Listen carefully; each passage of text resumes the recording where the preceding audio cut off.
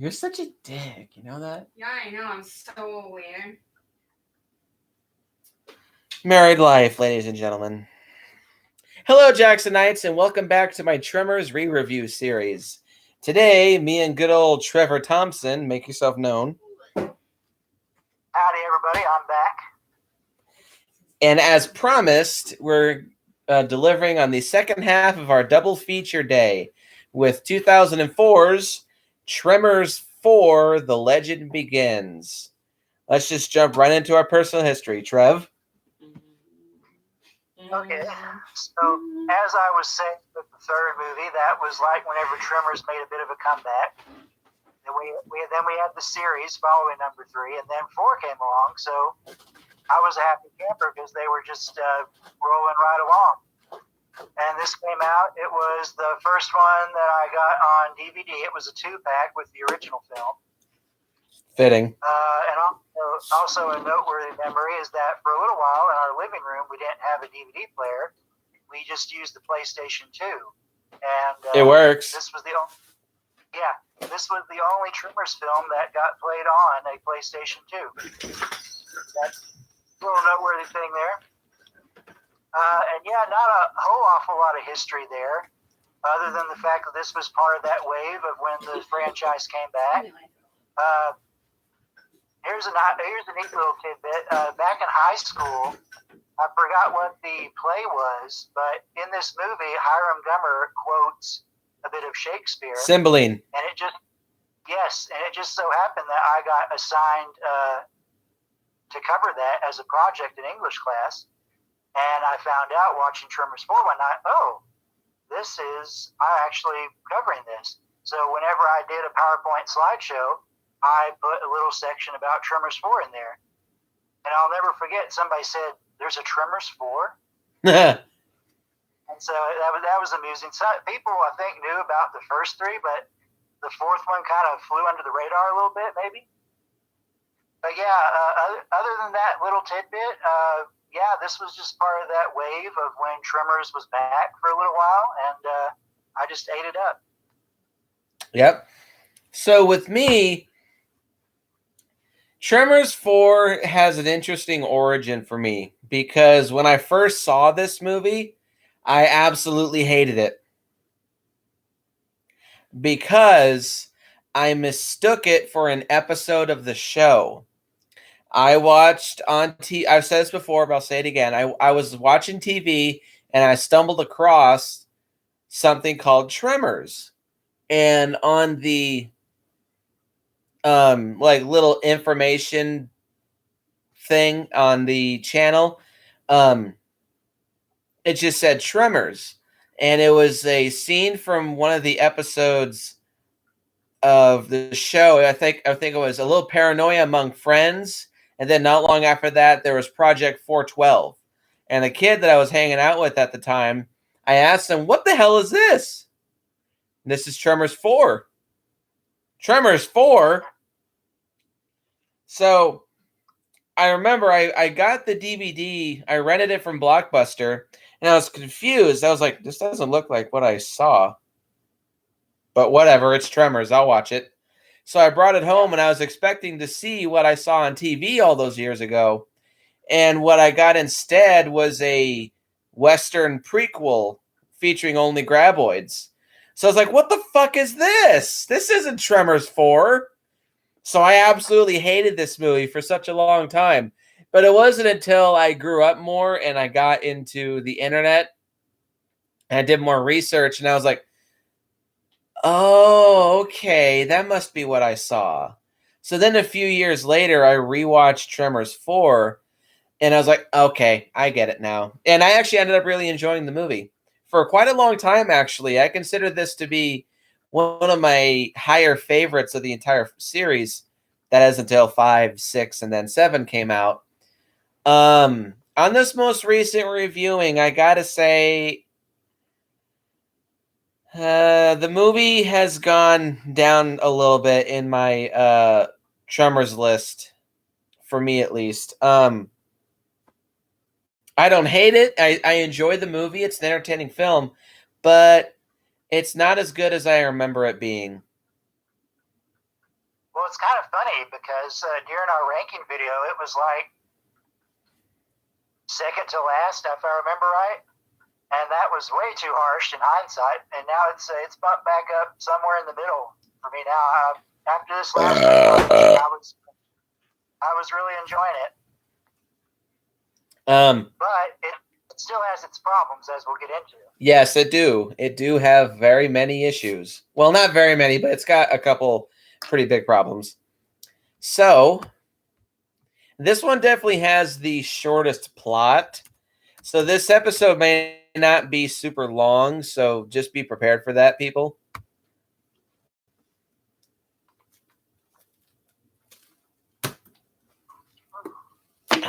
Come on, you bastard. There we go. This is the only other Tremors movie to be directed by S.S. Wilson. Yes. And it also it features the return of Jay Ferguson doing the music from Tremors 2. It's a good score. Very good score. And it's also the very last time that Tremors was under Stampede Entertainment.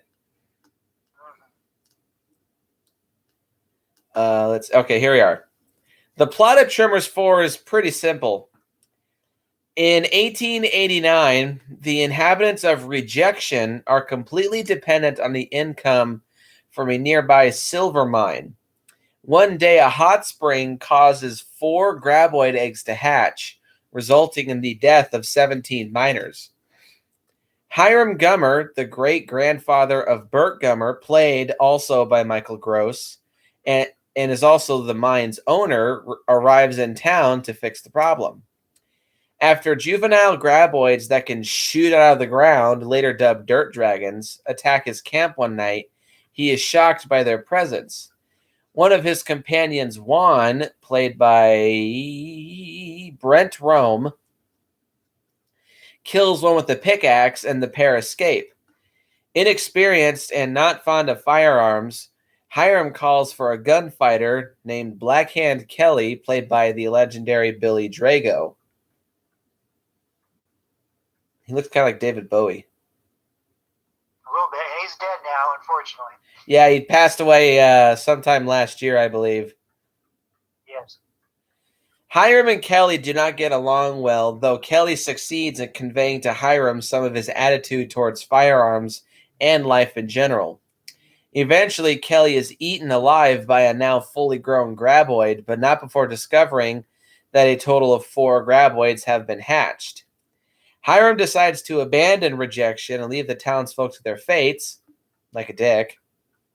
However, they force him to give him the silver mine in the process, threatening to alert potential buyers to the danger if he sells it out from under them. In Carson City, Hiram receives a telegram revealing that the fully grown graboids have made it through the pass and are headed for Rejection. Changing his mind, he buys weapons with the last of his valuable belongings and heads back to Rejection to lead a last stand against the graboids and helps the town ready itself. After 2 graboids are killed, one being shot with a punt gun and one being sliced clean in half by a giant saw blade, the third one adapts and avoids all of the traps. Hiram tricks it into coming to the surface and then attaches it by the tail to the flywheel of a steam traction engine. The graboid is reeled in and slammed against the front wheels and boiler with such force that it is explosively decapitated on impact. With the creatures dead, the town decides to keep them secret out of fear that no one would settle in the area if their existence were known, and uses the proceeds from the mine to pay for their belongings. Hiram settles in Rejection, now renamed to Perfection, building his home in the same place where his great-grandson Bert's would one day be. He's also given a Colt 1865 Gatling gun and begins target practice, enjoying it in the process. Real quick, the Colt 1865 was pretty much a Gatling gun set on a pair of cannon wheels, and people would insert a giant magazine filled with like maybe 50 or 100 rounds in the top, and they would crank the barrels, and the faster you crank, the faster it shoots. Thus ending the movie. which I would like to point out, this final scene, I don't know if it was intentional or not, but they seem to homage it in the next movie whenever Bert fires a whole bunch of rockets into a cave. Although that's arguably funnier. Possibly, yeah. But no, this plot is not super similar to the original, but I guess you could say it is because we're back to just the worms again. And it's basically that similar type of situation. S.S. Wilson on his commentary said that their approach to the movie was, he kept on bringing up vampire movies, and he was saying that everybody knows the rules of a vampire movie except for the characters in the movie. So he was saying that's the way Tremors 4 was, is that we know the rules by now, but the new characters do not. I don't really mind this story, though I do have one issue with it, which I'll talk about when I get to the cons. It's not a huge one, but I don't mind it. It definitely does work very well as a prequel.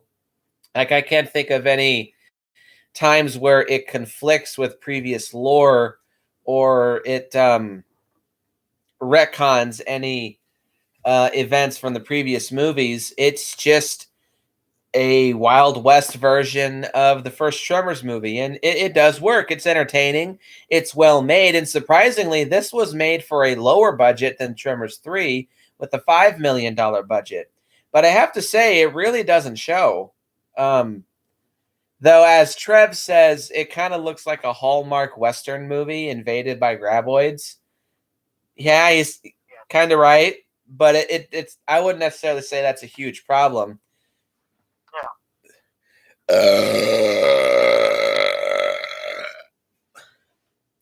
That being said, shall we go into the pros? Yes, indeed. All right, so actually, surprisingly, I've been listing the creatures usually as the pro number one because that's the reason we watch these movies ultimately. But my pro for this one I wrote down first was the cast, and I also put in parentheses mostly because there are a few that are not that great. But overall, the cast is enjoyable.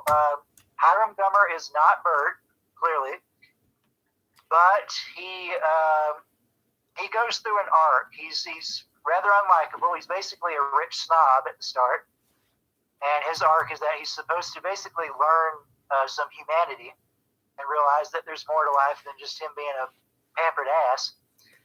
But, I wouldn't say that. I would say he's taught to be more humble by the end of it. Yes, that's true. And then there's the supporting cast. They kind of mirror some of the types of roles from the original. Like, you could say that Juan is sort of a predecessor to Miguel. Though way more useful. True. The Changs, clearly, next to the Gummer family, have had ties to the Valley for a long time. And there's more of them in this case. Husband, wife, and son. Yeah, 3. Unfortunately, one of them factors into the cons, but it's mostly just a nitpick, really. But yeah, the cast for this movie is enjoyable. There is a con that we'll bring up later in terms of what is done with them for a fair share of the movie. But at the same time, if you don't let it bother you, it's okay. I mean, it's still somewhat compelling what's going on whenever they're not trying to be murdered by a bunch of graboids. But yeah, so they're my number one. Number two, pro number 2 would be Black Hand Kelly. By far, my favorite character, new character introduced in this movie, basically the Yoda to the Gummer family's Skywalkers, I guess you could say. Maybe. Yeah. That might be but he's basically the mentor. He basically, not in a direct way, but he impacts wisdom onto the Gummer family through Hiram. That will eventually manifest with Bert. Yes. He actually, although he's far more likable, he reminds me a little bit of Bill from the 7th movie. Mainly because they have this they both wear, wide brim hats, and they both have this cocky attitude to them and accent. Yeah, a little bit. Yeah, I said, Kelly is a lot more likable than Bill. He Very. doesn't do anything. He doesn't do anything that is detrimental to the plot. In fact, part of the reason the movie slows down. Spoiler alert for a con here in a minute. Part of the reason the movie slows down is because they're basically waiting for him to show up. And when he does, things liven up again, and it's off to the races. Yep. And he's a big part of it. So yeah, just the way he looks, just his mannerisms, his quotes. Yeah, Looking he's for Hiram Gummer. That would be me. You posted yourself an advertisement, eh? What do you want me to kill? That Injun over there? Never ever repeat that in public, because Injun is a racial slur. I'm just simply quoting the movie. That's right, indeed, correct. So yeah, I'm sure you're going to get into it a little bit more, but he's definitely my number 2. Maybe if I wanted to, and no, not like that. Well, I just remembered. I have a supervisor at work who is also Native American, and I just remember something that he said one time when we were working together that just cracked me up. Well, remember, listeners, context is everything. Yes. Do not repeat this in real life, but realize that this was accurate to the time. Yes. So yeah, Kelly's great. You're probably going to dish more. Going right along, pro number 3 is the practical effects. Oh my God. I guess I'll say the creatures as well. Like I said, they're the reason we're watching these movies. The characters are also good, but the creatures themselves are the main draw. And this is a return to form because the first movie had miniatures just like this one. In fact, it was the same studio, 4 Ward Productions, I think, the Skotak brothers. They've done a bunch of miniatures for different movies, and they came back for this. Sadly, for whatever reason, some people knocked the effects in this movie for whatever reason. I don't know if it's because enough time had passed to where people were not used to the effects anymore, but I've often heard them complained about for whatever reason. I don't get it. There is some CGI. Very little. Yeah. And also, you mentioned the tentacles, but the tentacles are also miniatures that were, what's the word? Damn it. It was a meshing. They had like a full-size graboid, but then they had miniature tentacles, composite. There we go. They composited these miniature tentacles in. They showed in the montage of all the effects that they did in the miniatures. It's like, it looks CGI in the movie. I do got you there, but I think it's because the composite wasn't that great. So I could have swore the only scene that I could have swore is CGI is when Kelly shoots the 2 tentacles that are trying to grab at Juan when he's crawling away from the graboid. I think the blood is CGI, but those are miniatures. They're real small and not very detailed. But yeah, because they show one of the effects guys in the behind the scenes. They have a blue screen or a green screen in the background, and they have like their hands going like this, and they're funneling them up, and they're supposed to be coming out of the mouth of the full size graboid. But yeah, anyway, so like I said in the past review, Amalgamated Dynamics didn't come back for this one. For whatever reason, Tremors 3 was the last one they did. Maybe they were busy. They probably got real busy with AVP around this time. Possibly, yeah. That's probably the case. But K&B, particularly Greg Nicotero, he's interviewed on the Blu-ray DVD, and he does he talks about what they did, and they did a really good job. I think the graboids have kind of a new coloration to them. They gotta have like maybe some black splotches. At least that full-size puppet almost looks like the coloration they had in 2. Yeah, it looks more closer to 2. Though their skin is not like in Tremors 2, their skin was like a grayish white, whereas here their skin is much more of a brownish gray color. Yeah. But again, you're going to get into it. I love the effects in this movie. It's nice seeing miniatures used anytime, especially nowadays, or even when this was made, because they were They were starting to fall out of favor, but they were still used here and there. But they're great. Pro number 4 is the music score. Like Nick said, Jay Ferguson returns from Tremors 2. He must have a good working relationship with S.S. Wilson. In that movie, in Tremors 2, he had a Mexican flavor to the music. This one's very Western. This one's very, very Western. And I remember you saying in your old review that this probably could be a contender for the main theme of the franchise. I would actually say that the theme from the show is what I think of whenever I hear the word Tremors now. Yeah, fair point. Yeah, but this is still a very good score, very exciting. It has its dramatic beats as well. It just fits the movie, and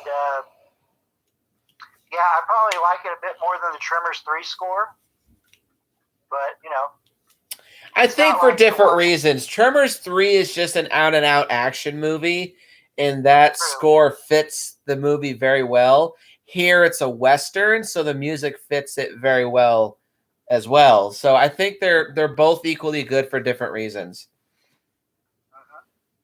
So yeah, music's great. Moving right along, pro number 5 is the quotes and humor.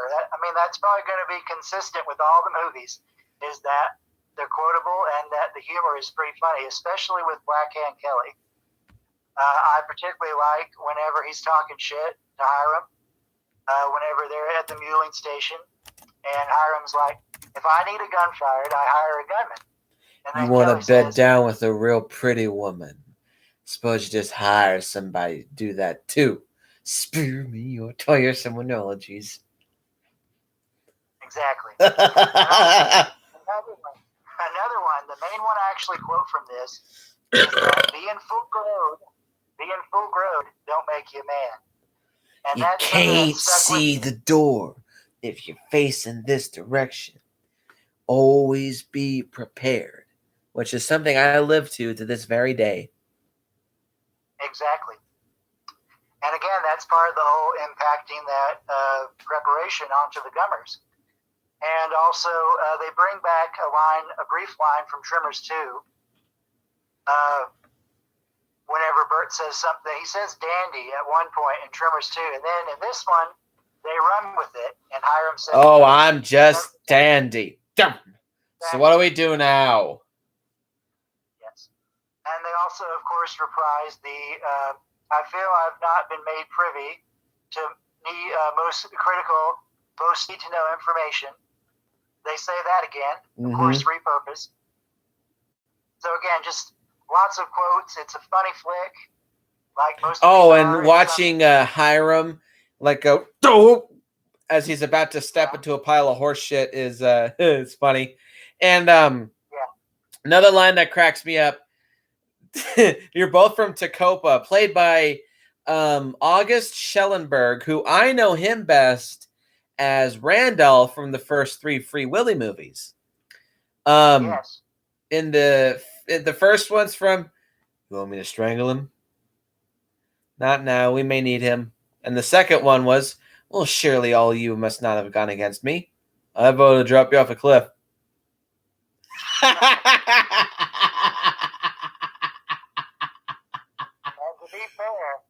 To be fair, we feel the same for a little bit. So yeah, a little bit.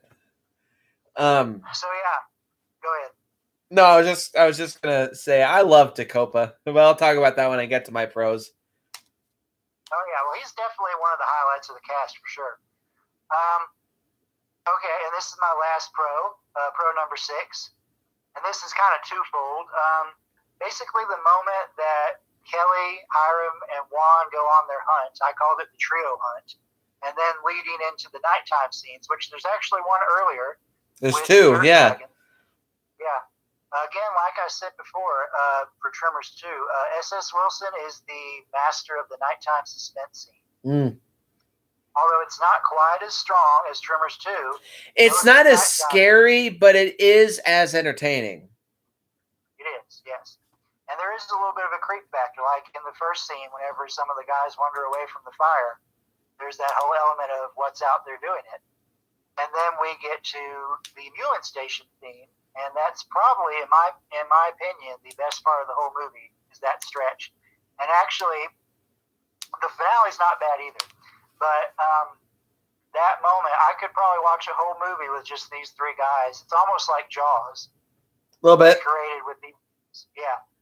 And that's also where it almost gets a little bit scary again, although it turns into a joke with the old Fred wagon scene.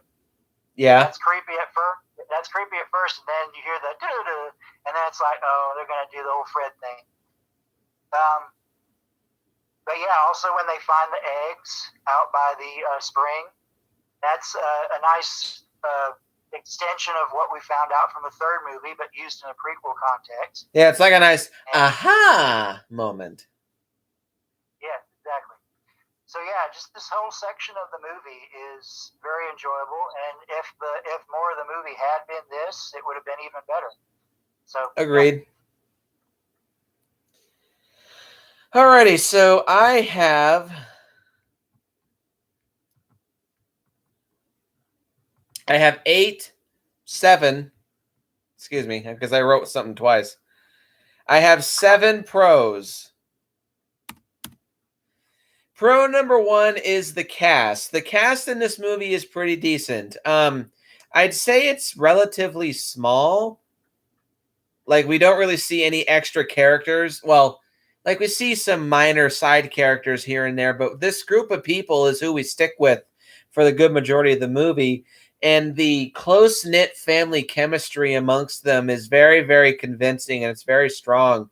And it's very well done, very entertaining to watch. Like, you can tell that this group of people has spent a lot of time together, and they've just kind of come to consider each other like their own family. It's very reminiscent of the first Tremors, and it's really nice. I think that's the main reason that this is Michael Gross's favorite. I don't know if you knew that, but this is actually his favorite one.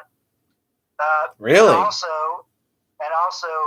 I think there's a little bit more of his actual personality in Hiram, not the snobby stuff, but just kind of the cultured individual. Michael's a lot nicer than Hiram, but still. God, I hope so. Yeah, of course. Well, you can tell in interviews. But anyway, clearly there's something that he identifies with a bit more than Bert, because whenever he's Bert, he's definitely acting. Yes, acting well, but he is acting. Yes. Continue. So, I do want to talk quickly about Tacopa. I want to talk about 2 people. Tacopa, for starters. I don't know whether to say he's the comedic relief, but a lot of his lines are pretty funny and very entertaining. And of course, like I said, I always connected to him because I knew him best from the Free Willy movies. And the Free Willy movies I grew up with. I watched the shit out of those movies. And Randolph was always my favorite character in the Free Willy movies. Even the shitty Free Willy 3. I was always down for some Randolph action. So when I saw this, I was like, hey, that's Randolph. And he also gives us my favorite kill for the graboids in this movie when he establishes he was digging a spot for a flagpole, and he finds it, and he takes a giant saw blade. He takes off one of the handles, sticks it in the hole, and he starts smacking his gun against it like a hammer. And the graboid comes towards it. He runs out of the way, slices the thing clean in half. Well, not totally clean, but we see a great aftermath shot of just a ton of orange blood leaking out and making a giant lake all around that saw blade. Great kill. Good use of human ingenuity, by the way, too.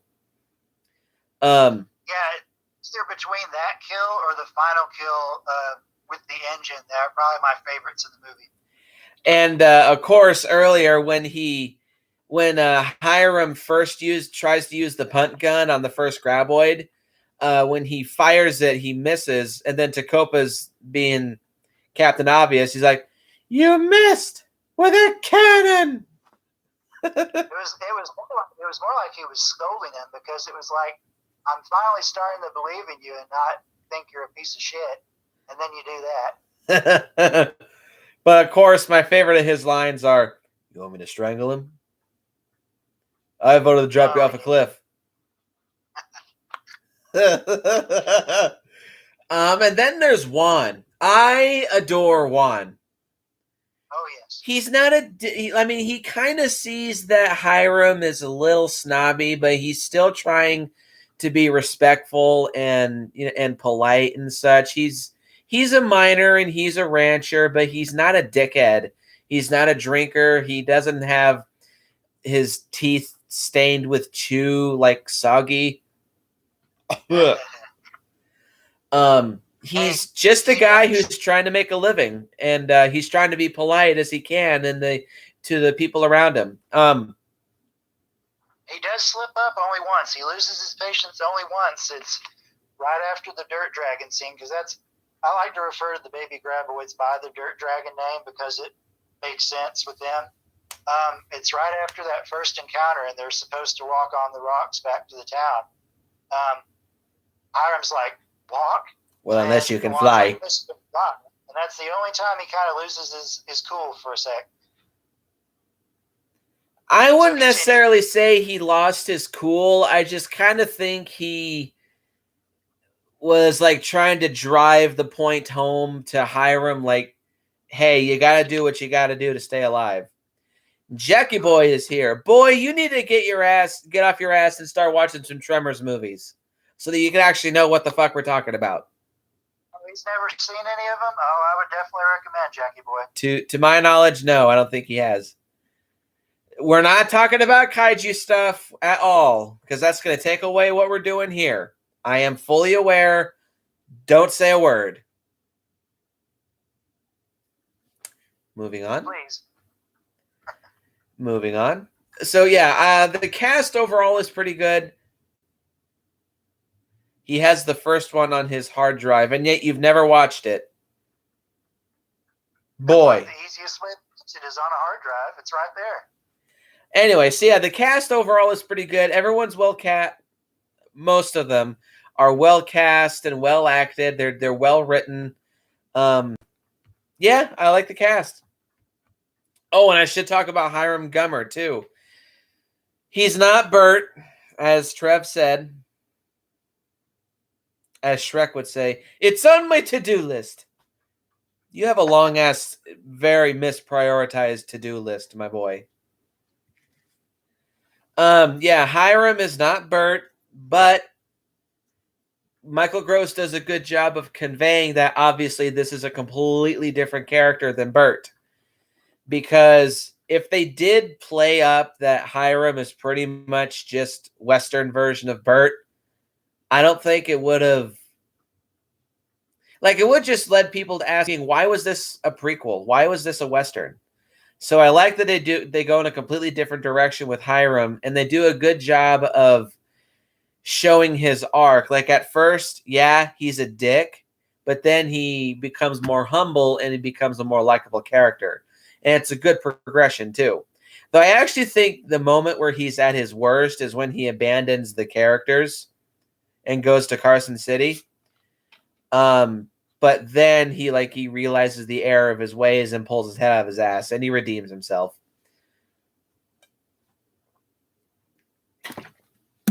So yeah, the cast is fine. It's good.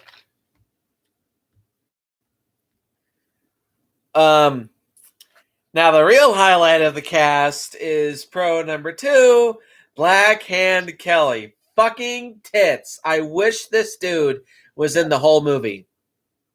I really, really wish this dude was in the whole movie. Because, spoiler, I'll just list this as one of my cons.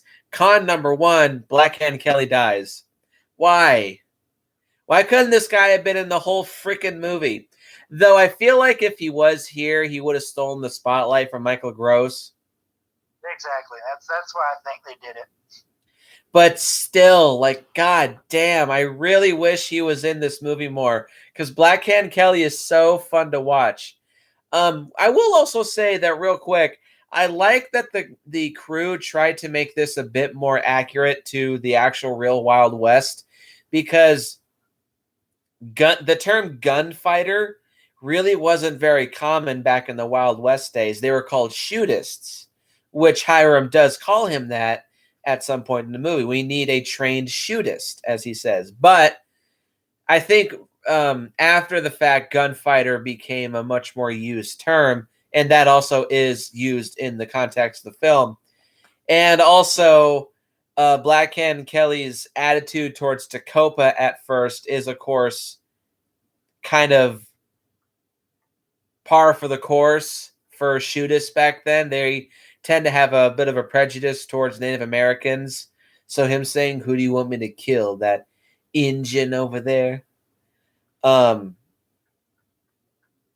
just keep in mind that's how people were at the time.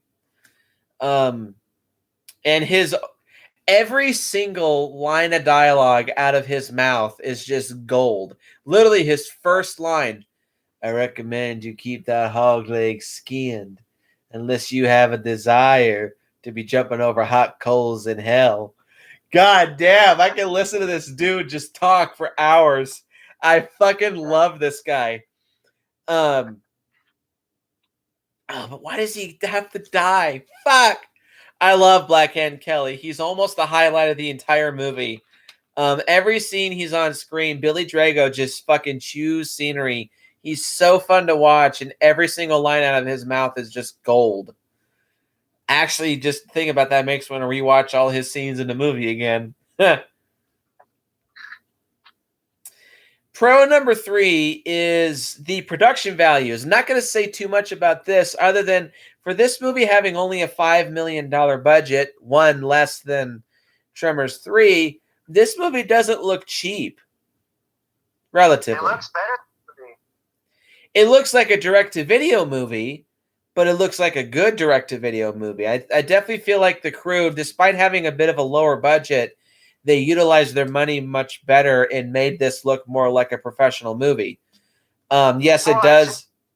Huh? It's more like 2 in that regard. Yep, very much so. Maybe that's just due to S.S. Wilson being a talented director. True. But yeah, this movie doesn't look cheaper. Doesn't look like a TV movie. It looks like a Hallmark Western, yes, but that's not necessarily a bad thing. Kind of makes you feel nostalgic for that era of Hallmark. But yeah, this movie's production values are pretty good. It looks like a Western. Doesn't look like a shit cheap Western. Just looks like a direct-to-video Western. It looks good. Pro number 4 is the music in this movie is pretty damn awesome. Jay Ferguson gives us another really good score. Like with Tremors 2, how that had a much more Mexican motif to it. This one has a Western motif to it, and it works perfectly well. The opening theme for the title credits, I have it playing in my head right now, is awesome. It's really uplifting, and it's really badass, and it makes you feel like you're in for a really, really good time. And throughout the rest of the movie, there's lots of really good classic Western motifs like acoustic guitar strings, some banjo music here and there, lots of harmonica music, which sounds a little bit like Tremors the series theme. Overall, the music in this movie is really, really good. It's dramatic when it needs to be. It's a bit eerie when it needs to be. But most of all, it's uplifting and fitting to the movie's tone, which is a Western. Pro number 5 is this movie's fairly gory. Like the opening scene, you literally see a dude get his head bit off in the opening of the film. And also when they go back in the mine, you see the bloody decomposed rib cage of F.A., our Fordeman. And then as he picks up, Juan picks up his old hat, there's like a nasty flap of bloody skin on it. And of course, the monster gore is really, really good too. There's lots of splattery orange blood and guts all over the place. It's a real spectacle to watch. Oh, I should point out that Jefe is just Spanish for boss. I know, but that's what Juan refers to him as. Yeah. Another thing too is this should, I guess you could say this is another pro, is that the humor, because right after that, Soggy picks up F.A.'s old hat and just like, here, he ain't gonna need it. I don't know why. This cracks me up. Yeah, this one has quite a few humorous moments too. What? Try it on. Try it on. Yep. Okay, so there's another one. Not much to say because we've already listed off a lot of funny moments, but pro number 6 is that this movie's funny. Like the humor and quotes are on fleek, especially from Black Hand Kelly, because everything is either badass or funny out of his mouth, or both. Oh, old Fred also has some pretty good ones. Whenever they want to send a telegram to hire a shootist or a gunfighter, I like the little back and forth he has with Hiram, wherever he says, like someone who can shoot the nuts off a squirrel at 100 paces. Someone like Doc Holliday, except when they ain't dead. Doc Holliday's dead?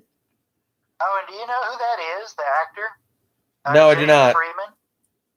He also played the asshole scientist from Alien Resurrection. The one who shoots Call. Yeah, that's old Fred from Tremors 4. He has a bit of a chameleon thing going on. I just keep blowing your mind with all these connections. He's dead, ladies and gentlemen. He's dead, Jim. He may never recover. But yeah, he has a bunch of funny old codger Western sayings that are also memorable. That factors into the quotes. But go on, Nick.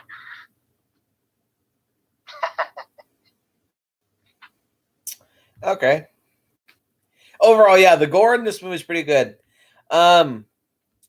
Pro number 7 is the baby graboids. The graboids in general in this movie, they're good, but they're not super special. But the baby graboids, I think, are pretty damn cool. Because like I said in our ranking video, I like that they show that obviously that these creatures aren't born 30 feet long. And I'm sure there's been people all over that have wondered, what does a baby graboid look like? And I like how they look here. Their tentacles are obviously very underdeveloped, which are pretty much useless. And I like that they look pretty much just like armored maggots or grubs. They're a lot more spiky, and they're a lot more, not necessarily bulky, but they're much more...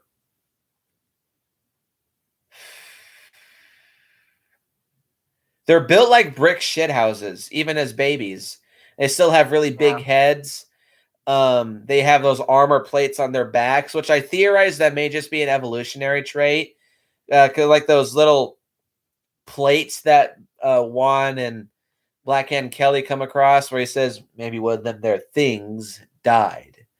I feel like those are just armor plates to protect them as babies. But once they become adults, they lose those because they're so large, nothing much will fuck with them. And I like the way they attack, too. They literally fucking launch themselves like rockets out of the ground to knock off their prey, which I feel like that's just the way that they attack their prey. Oh, yeah. The sound on my Blu-ray, every time they came out of the ground, I jumped. It was that loud. Literally just fucking blast themselves like rockets out of the ground. Also, the sounds they make too are kind of unnerving. And the way that they burrow underground, it's very obvious that they just like shook the props back and forth and sped up the footage. But I think that works to its advantage because it kind of makes them look a bit more intimidating because they move that fast going underground. It's kind of freaky.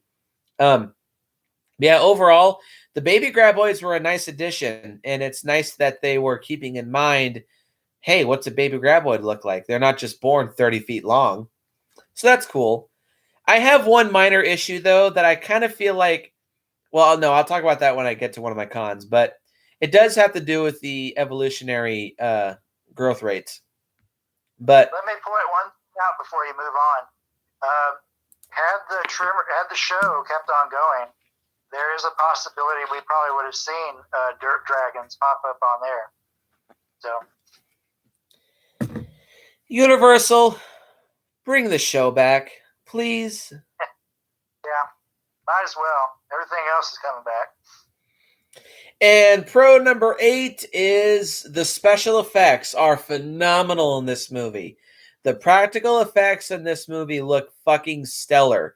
The gore, like I said, looks really good. All the monster gore and the human gore looks really, really good. When the graboid is exploded at the very end against the steam engine, there's a whole big giant burst of guts and skin and gore that goes all over the place. It looks really good. All the orange blood that spews out whenever the graboids are shot looks really good. The miniature effects are very well done. Like the scene where the two graboids burst out of the ground and their tentacles seep out and they try to get the characters. That looks really, really solid. Probably the best graboid scene is the very first one when the graboid bursts out of the ground and tries to get at Juan. Looks absolutely seamless. Totally buy that as a giant monster trying to eat a human. I would also like to point out, I like how whenever they are at the muling station and the tentacles show up, at first they don't know that these are the same creatures. So it's actually like going back to the first movie when they just thought that it was the snake things that were the problem.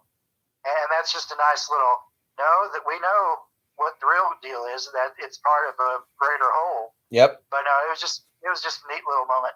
Yep. Go on. And also the scene where the graboid at the very end is pulled out. I totally buy that as a 30-foot long graboid being pulled out of the ground. Looks so fucking good. Overall, not much to say about the practical effects because we're just back to graboids, so this feels a little familiar. But overall, the special effects in this movie are very, very, very well done. And actually, I didn't mind the CGI dirt humps. I thought they looked fairly okay. They're better than the show, for sure. Oh, yeah, absolutely. Definitely better than the show. But yeah, I thought the CGI dirt humps looked just fine. Yeah, the special effects are really, really fucking solid. Almost the highlight of the movie. But nothing will top Black Hand Kelly. I agree. Cons, let's hear them. I only have 3, but they're big ones. I have 5. Well, I already talked about 1. Kelly dies, so I have 4 more. Okay, so number 1, even though I'm fond of the weird Western, I like the Valley of Guanji, I like cowboys and aliens, the Western setting isn't for everyone. As Nick found out whenever he showed his wife, she didn't care for it. But I also think, it's funny, S.S. Wilson said that he couldn't think of anything else for a 4th movie, yet he still had the idea for the 5th one rattling around his head, and he should have pursued that as soon as possible, because that might have been the time he would have been able to do it. But I think the problem was that Australia is just expensive to shoot in, or Universal thinks so. But yeah, Wilson said he couldn't think of anything else, except for a graboid Western. And Universal was like, sure, why not? And so a graboid Western? Western. A graboid Western. There we go. Yeah, but it's funny. In retrospect, it seems like this movie and the 3rd one, Universal kind of wants to ignore, because whenever they did the montage, spoiler alert, for whenever Bert died in 7, they only show 1 scene apiece from 3 and 4. And they also show very little in these little anniversary montages did. So I don't know if maybe Universal wasn't as happy with 3 and 4 as they might have liked, and that might have contributed to the reason they took control. But anyway, it's fair to say that for a long time it was either 3 or 4 that people picked on as the worst Tremors movie. More often than not 3. Yeah, but but I still hear people saying in the fandom, yeah, 4's the one, the Western one, the cowboy one, and they say it like a bad thing. So yeah, clearly it's not everybody's cup of tea. So even though I like it, it's something you can't hold against the movie. True. All right, and pro number 2 is that this slows down pretty harshly at a couple of points. Now, on the plus side, they do that because I realize it's factoring into Hiram's arc. Whenever he's waiting with the people of rejection for Black Hand Kelly to show up, he's slowly learning about their daily lives, and that makes him start to care for them. So I can see why they did it.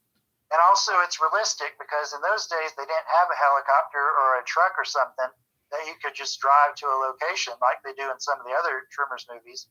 So Black Hand Kelly had to take his time to get there.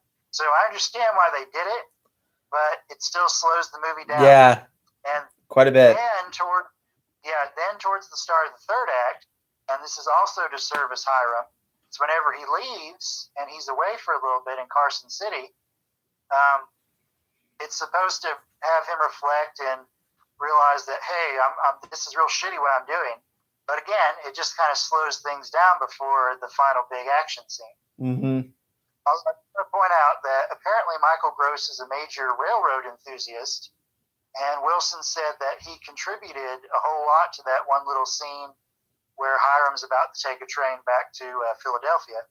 So that's a neat little tidbit. That also might be another reason why he really likes this one out of all of them.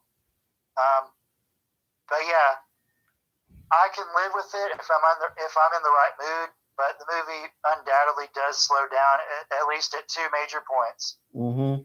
So, and the third con and final con, and this is really probably kind of mean-spirited, but I'm just being honest. Sam Lai, I think that's how you say his name, as Fu Yin. He is not a good child actor.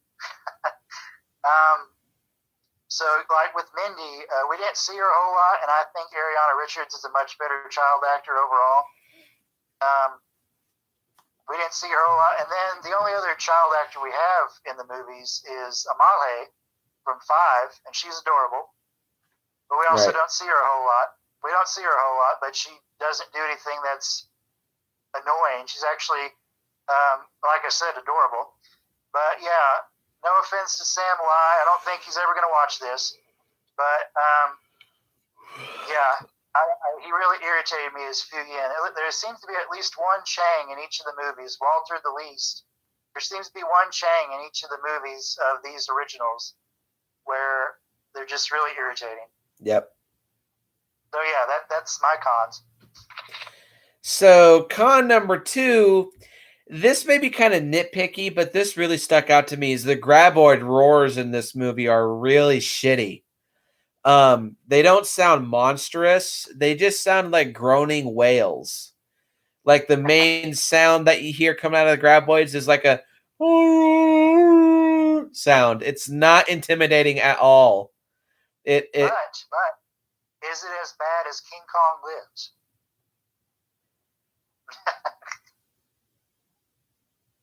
or Ted Cassidy as Godzilla?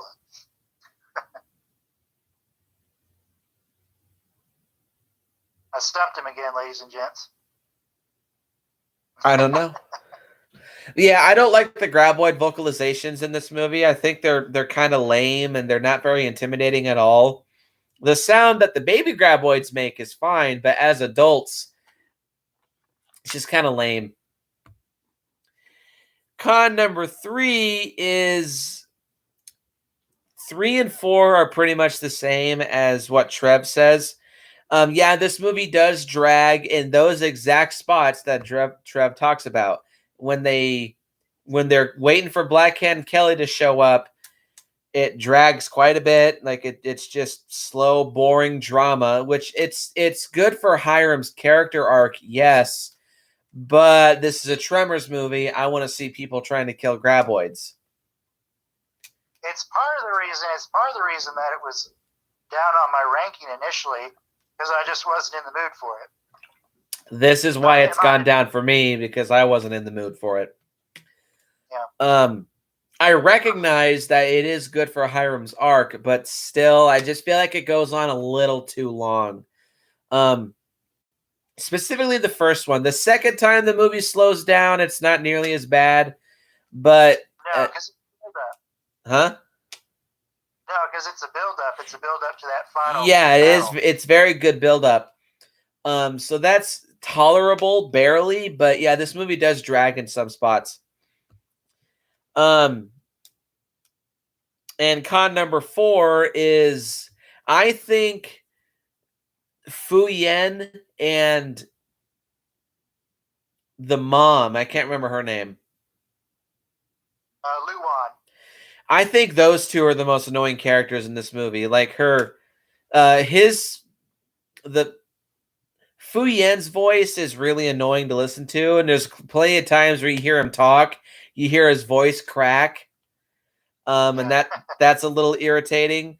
But mostly, I think the wife is the most annoying. Like some of her dialogue is really, really stereotypically Chinese cringy. And she's also kind of bitchy and a little annoying at times. So those two characters I don't care for.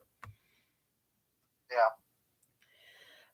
And the last problem that I have with this movie, because we're dealing with just graboids, the introduction of the baby graboids is fine, but this kind of feels like Diet Tremors 1.